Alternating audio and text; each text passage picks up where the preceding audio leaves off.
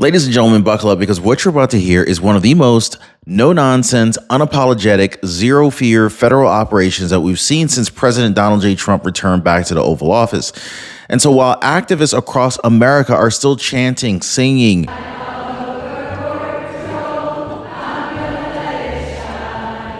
filming TikToks and trying to fight ICE with cardboard signs and interpretive dance, the FBI, ICE, and DHS just rolled into San Antonio, Texas in the middle of the night and reminded the entire country what real law enforcement actually looks like.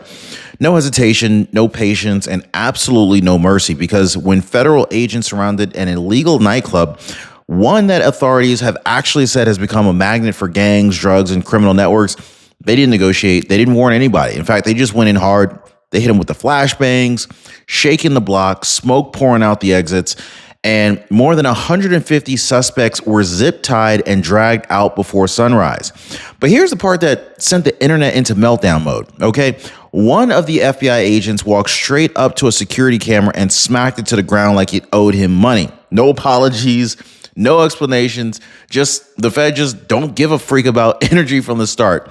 And so while the media is already scrambling, while activists are crying that, this isn't who we are, the rest of America is looking at this raid and saying, finally, this is what happens when criminals run wild under weak leadership for years. And finally, they're suddenly finding out the hard way that Trump is back and the era of catch and release is dead. So tonight, we're breaking down exactly what went down inside this nightclub, how Tren de Aragua gang members actually got caught up in the dragnet, and why lawful businesses, business owners, they're being dragged into this chaos, and why the operation is part of a much bigger nationwide, all 50 states crackdown that the Biden era media never wanted you to see. Because if you thought that the Florida cops don't give a freak, wait till you see what happened in Florida. Wait till you see what happened in Texas, guys, San Antonio, Texas. Hit the like button and subscribe. All right, let's get into it. So what happened in the north side of San Antonio, Texas wasn't just another raid. This was the kind of operation that kind of only happens when law enforcement finally stops pretending and starts acting like they actually run the country again. So this is what happens when President Trump is back in charge and the federal agencies under him stop playing games. More than 150 people taken down in a single, highly coordinated strike, gone before most of the city even realized that something was even happening. Flashbangs exploding, smoke rolling out from side doors, agents pouring in from every corner. Neighbors woke up thinking that a war had broken out, not even knowing that, this was federal government reclaiming territory inch by inch. Now, this wasn't just some loud after hours club. This was an unauthorized, off the books, cash soaked operation functioning as a shadow hub for migrants, gang affiliates, and black market dealings, hiding in plain sight. Now, for months, Trump's new DHS Joint Task Force has been quietly watching the area, tracking the movements, collecting video, and mapping out exactly who was coming and going. And the wildest part, legitimate businesses were sitting right next to it. You had food trucks, a car mechanic, a small dealership, all unknowingly operating right beside criminals who treated the place like a fortress. Now, to locals, it looked like a food park. To DHS, it was a criminal funnel that needed to be smashed wide open. Now, here's where things get even darker. Buried inside this crowd of 150 detainees, there were 27, count on 27 confirmed members of Tren de Aragua, one of the fastest growing, most vicious criminal syndicates to enter the United States in the past decades. Now, these aren't petty criminals. These are extortionists, kidnappers, human traffickers, international enforcers who slipped through the southern border long before Trump returned back to the White House. And so once they got into Texas, they spread like wildfire. Trump's mandate to DHS could not have been any more clear. Dismantle TDA wherever it surfaces. And on that night, the order was carried out. This wasn't random. This was a surgical strike aimed squarely at the global criminal empire. Now, what made this raid so devastating, it was how flawless it was executed. It was flawless. 14 agencies, federal, state, and local, moving like a single organism under the cover of darkness. Entry teams, they approached from 3 different angles. They came in knocking down the exits before anybody inside even understood what was happening. Flashbangs served as controlled chaos, stunning suspects, signaling the start of the sweep. Smoke rolled through the hallways while the agents blocked the perimeter routes, cutting off every path to the escape. Now, this was military precision on domestic soil. This is the kind of coordination that only happens when leadership is strong, confident, and unified. And so this mission, it wasn't to scare them. This mission was to overwhelm them instantly, and it worked. And so the sensory chaos inside this illegal nightclub was unlike anything that San Antonio residents have ever witnessed. Flashbangs cracked so loud that they rattled the windows across the block. I mean, sending shockwaves through a crowd that had no idea federal agents had been surrounding them for hours. Thick clouds of smoke rolled out the doors as teams swept room by room with zero hesitation. This wasn't a knock and announce moment. This was a full attack engagement triggered by intelligence indicating armed suspects were inside. And when FBI and ICE operators kicked in those doors, there was no negotiating. There was no bargaining. There was no stalling. They just moved like a hammer hitting the glass. This was the definition of I don't give a freak enforcement. Now, within minutes, the entire building transformed into a lineup of stunned suspects being zip tied and marched out by the federal agents. Now, some people were tied and others ended up tried sprinting outside of the side exits only to be grabbed and immediately detained by the officers that were positioned exactly where they needed to be.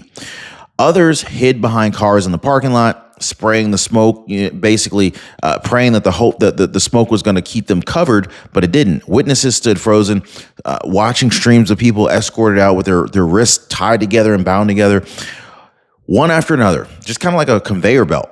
Just nothing but arrests. And the shocking part was the speed. I mean, what took months of surveillance took only minutes to dismantle. Everyone inside, from illegal partygoers to hardcore gang affiliates, they all got swept up without a single agent breaking a stride.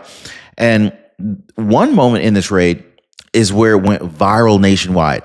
So the FBI agent who walked straight up to a mounted surveillance camera and knocked it to the ground without a second thought. This was a split-second decision that instantly sent the internet into detective mode. And so, was it operational security, preventing suspects or lookouts from feeding intel to the fleeing gang members? Was it to disable a feed that could compromise agents' positions? Or was it something deeper, a deliberate move to keep certain parts of the operation off the public radar? Well, that single smack created this massive cloud of tension around the raid. Now, the truth is, we may never know the reason, which kind of really fuels this whole mystery here. But what agents uncovered inside the nightclub proved that this wasn't just a party.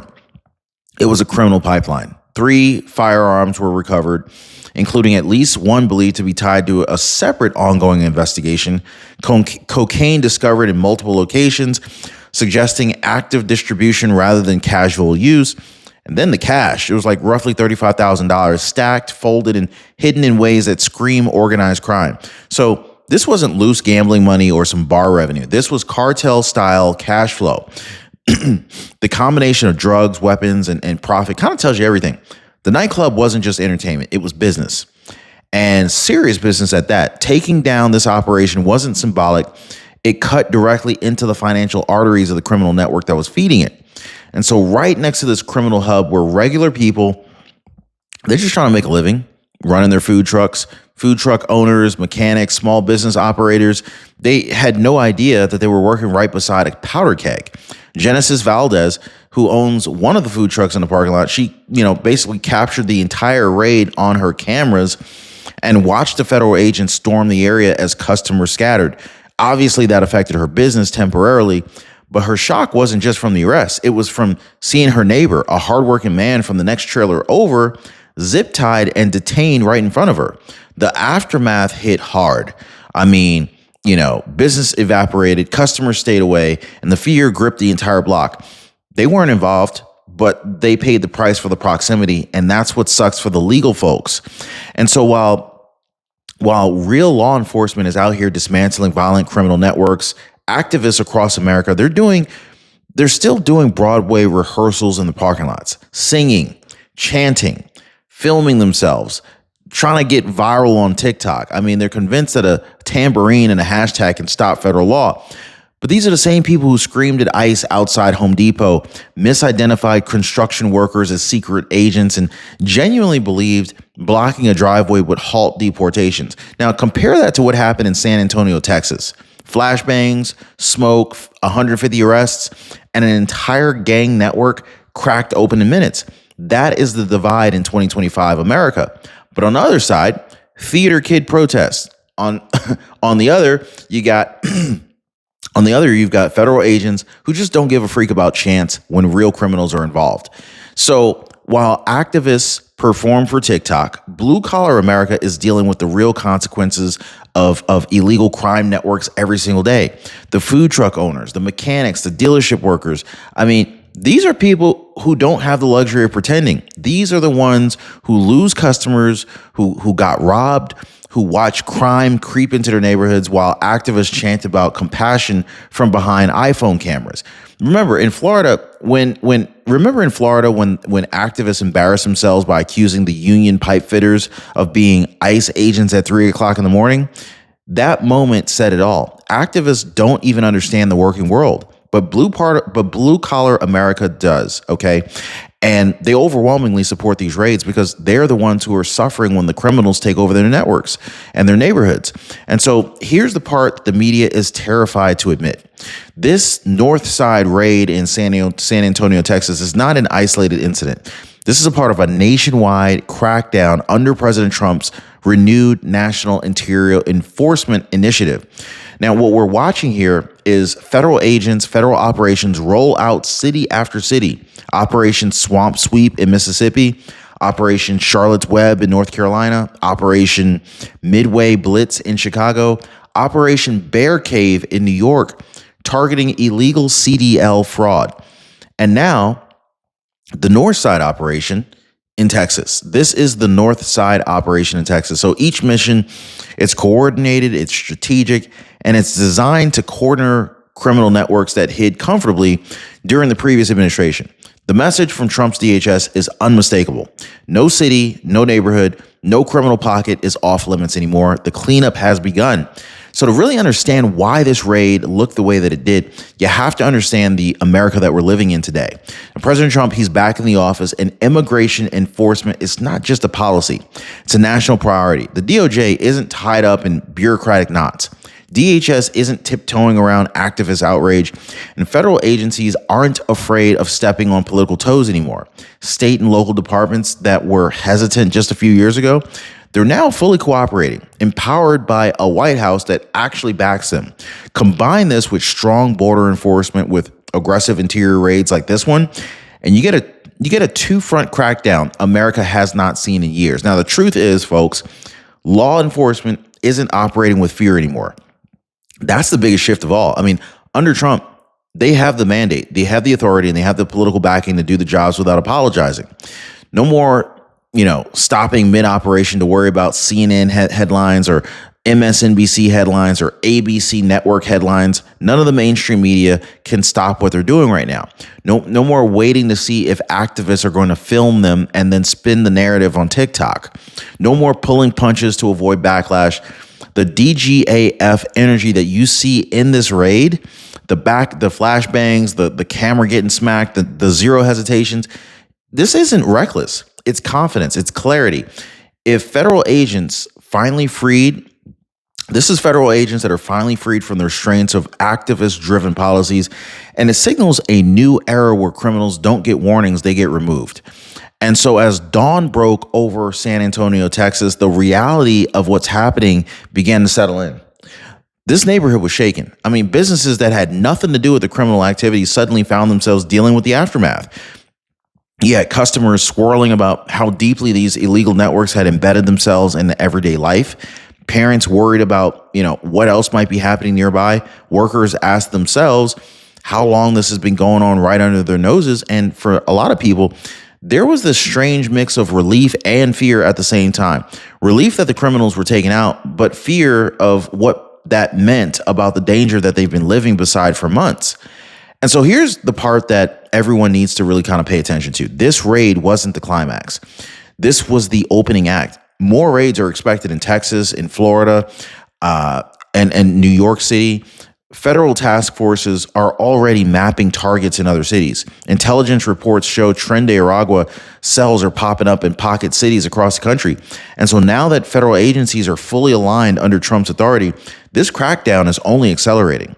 So the real question isn't what just happened in the north side. The real question is your city next? This is the reality of 2025. Criminal networks had years to grow.